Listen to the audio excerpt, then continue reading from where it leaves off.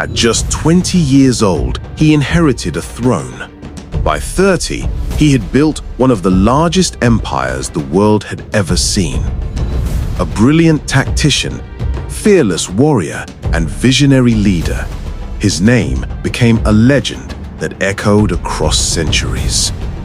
This is the story of Alexander the Great.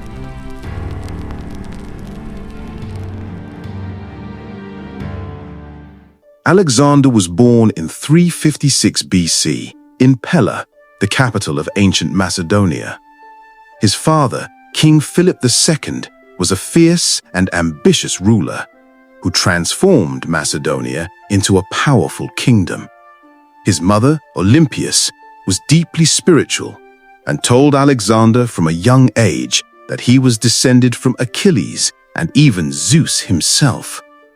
At just 13, Alexander was tutored by the great philosopher Aristotle. From him, Alexander learned philosophy, science, medicine, and literature. But above all, he gained a love for knowledge and strategy, skills that would later shape his destiny.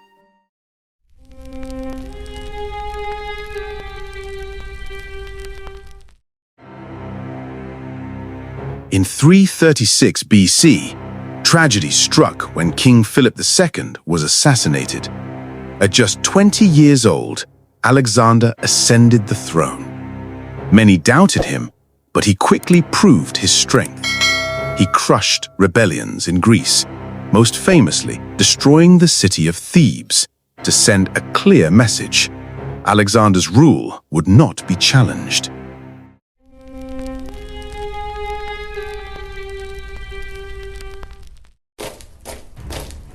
With Greece secured, Alexander turned his sights eastward toward the Persian Empire, the superpower of the time. In 334 BC, he crossed into Asia Minor with around 40,000 men. At the Battle of Granicus, he secured his first major victory. 2 years later, at the Battle of Issus, he faced King Darius III himself. Outnumbered, Alexander used brilliant tactics to break Persian lines and force Darius to flee the battlefield. Finally, at the decisive Battle of Gaugamela in 331 BC, Alexander crushed the Persians once and for all. Babylon, Persepolis, and the great Persian Empire fell into his hands. At just 25, Alexander ruled lands stretching from Greece to modern-day Iran.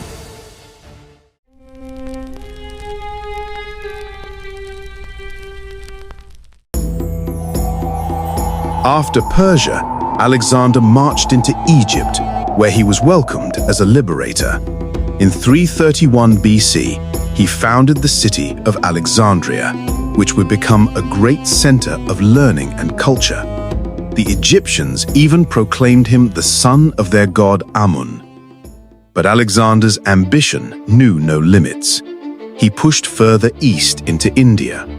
At the Battle of the Hydaspes in 326 BC, he faced King Porus, who brought war elephants to the battlefield.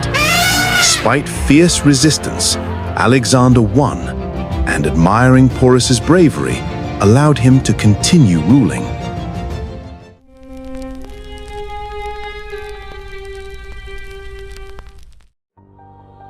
Alexander was more than just a conqueror. He was a visionary. He dreamed of blending cultures, encouraging marriages between Macedonians and Persians, and spreading Greek culture across Asia. His campaigns spread Hellenism, a fusion of Greek, Persian, Egyptian, and Indian traditions that shaped the ancient world for centuries. However, his men grew weary after years of marching. In 324 BC, they refused to go further east, and Alexander reluctantly turned back to Babylon.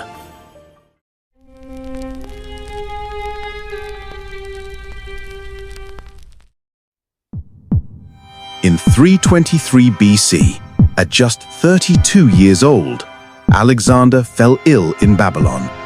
The cause of his death remains a mystery, malaria, typhoid, or even poisoning. He died without naming a clear heir, leaving his empire divided among his generals, the Diadochi, who fought bitterly for control. Yet, though his empire crumbled, his legacy endured. Cities he founded thrived for centuries.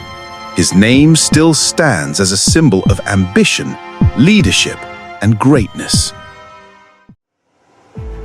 From Macedonia to India, Alexander changed the world forever. He was a conqueror, a visionary, and a legend. Over 2,000 years later, he is still remembered as Alexander the Great. What do you think? Was Alexander a hero, a tyrant, or something in between? Let us know in the comments. Thank you for watching Biographical Profiles. If you enjoyed this video, hit that like button, share it with someone curious about history, and don't forget to subscribe. New stories from the past every week.